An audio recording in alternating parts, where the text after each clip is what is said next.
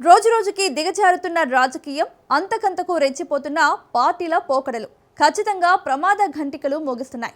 తెలంగాణలోనూ ఏపీ తరహా సరికొత్త రాజకీయానికి తెరలేస్తుంది. ఏకంగా రాజకీయ ప్రత్యర్థులుగా ఉన్న నేతల ఇళ్లపై దాడులు జరగటం చర్చనీయాంశమైంది. ఏపీలో మాదిరిగానే తెలంగాణలో కూడా ఇరు వర్గాల కార్యకర్తల మధ్య దాడులు, ఆస్తుల విధ్వంసం వంటి ఘటనలు జరుగుతున్నాయి. వ్యక్తిగత దూషణలు, కౌంటర్ అటాక్లు పెరిగాయి.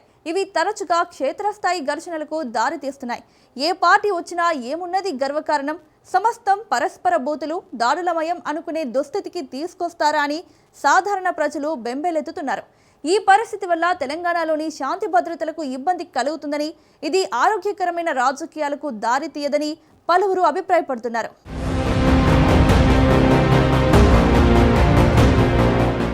ఏ రాష్ట్రంలో అయినా శాంతి భద్రతల పరిరక్షణే ప్రభుత్వాల తక్షణ కర్తవ్యం. అంతేగాని రాజకీయ ప్రతీకారాలు తీర్చుకోమని ఏ రాష్ట్ర ప్రజలు ఎవరికీ అధికారం ఇవ్వరు. ఈ సంగతి ఏపీలో ప్రధాన పార్టీలకు ఇసుమంతైనా గుర్తుందా అంటే లేదనే చెప్పాలి. ప్రజా సంక్షేమం కోసం ప్రభుత్వం అనే విషయాన్ని మర్చిపోయిన ఏపీ పార్టీలు ఎవరు అధికారంలోకి వచ్చినా తమ క్యాడర్ మనోభావాలు గౌరవించడం, వారి ప్రతీకారాలకు సహకరించడమే విద్యుక్త ధర్మంగా పనిచేస్తున్నాయి. అంతకుమించి ఆలోచించడానికి కూడా ఏ పార్టీకి మనస్సు రావడం లేదు. ప్రతీకారమైన పద్ధతిగా తీర్చుకుంటున్నారా అంటే అదీ లేదు. రోజులు గడిచే కొద్దీ ప్రతీకారం పీక్స్కు వెళ్లి దాడుల దాకా వెళ్లిపోతోంది. కాసేపు ప్రతీకారాల గురించి పక్కన పెడితే ప్రత్యక్షంగా దాడులు చూసిన సాధారణ ప్రజలు భయభ్రాంతులకు గురయ్యే దుస్థితి ఉంది. ఏపీ తరహాలో తెలంగాణలోనూ ప్రత్యర్థి పార్టీలను భయభ్రాంతులకు గురిచేసే ధోరణి, దాడుల సంస్కృతి ప్రవేశిస్తున్నాయని ఇటీవల జరిగిన పలు ఘటనలతో తెలుస్తోంది.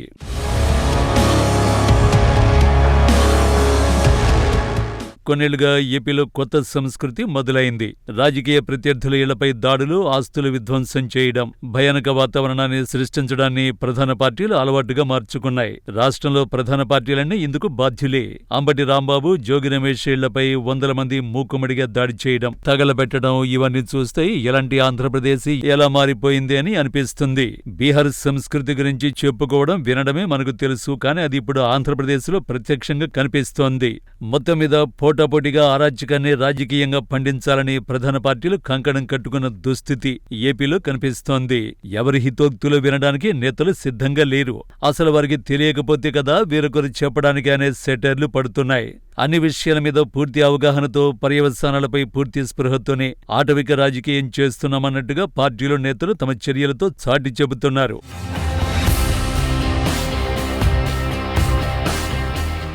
మరోవైపు ఏపీలోని రాజకీయ కక్షలు, దాడుల సంస్కృతి తెలంగాణకు పాకిందనే వాదనలు ఇటీవలి కాలంలో బలంగా వినిపిస్తున్నాయి.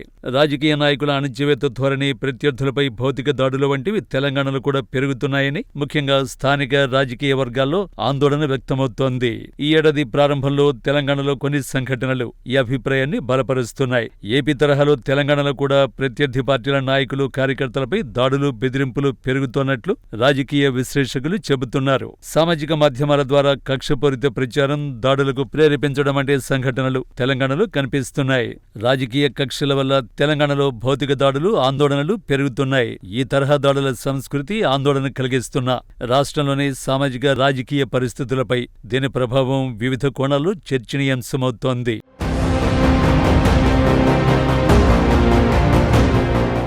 ప్రత్యర్థుల్ని రాజకీయంగా తొక్కేయడం, వారి ఆర్థిక మూలాలపై దెబ్బకొట్టడం లాంటివి సాధారణమే. కానీ ఏకంగా భౌతిక దాడులకు దిగడం, దిగజారుడు రాజకీయం మునిపెన్నడూ లేదు.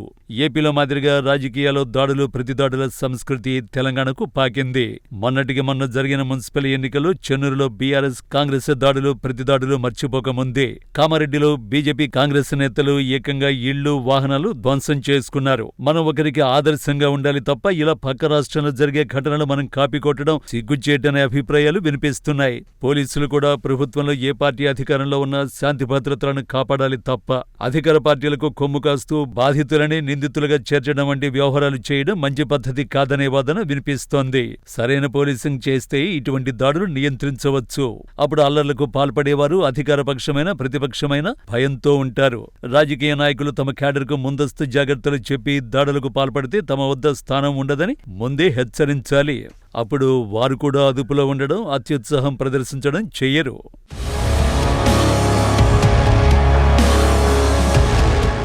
మొత్తానికి ఈ తరహా రాజకీయ సంస్కృతి తెలంగాణలోని ప్రజాస్వామ్య విలువలకు మంచిది కాదనే అభిప్రాయాలు వ్యక్తమవుతున్నాయి. రాజకీయాల కోసం లేని లా అండ్ ఆర్డర్ సమస్యను కూడా కొని తెచ్చుకోవడం ఏంటనే ప్రశ్నలు వస్తున్నాయి. వీటికి ఖచ్చితంగా ప్రధాన పార్టీలే సమాధానం చెప్పాలి. నమ్మి అధికారం ఇచ్చిన ప్రజలకు, ఆదరించిన ప్రజలకు మేలు చేయకపోగా మొత్తం రాష్ట్రానికి చెడ్డ పేరు తెచ్చే అధికారం ఎవరిచ్చారో చెప్పాలి. ఎవరికి తోచినట్టు వారు తాత్కాలిక అధికారం కోసం అరాచకాన్ని సృష్టించుకుంటూ పోతే ఈ ఫలితాన్ని ప్రజలు ఎందుకు భరించాలో పార్టీలు, వాటి నేతలే ఆన్సర్ ఇవ్వాలనే డిమాండ్ వినిపిస్తోంది.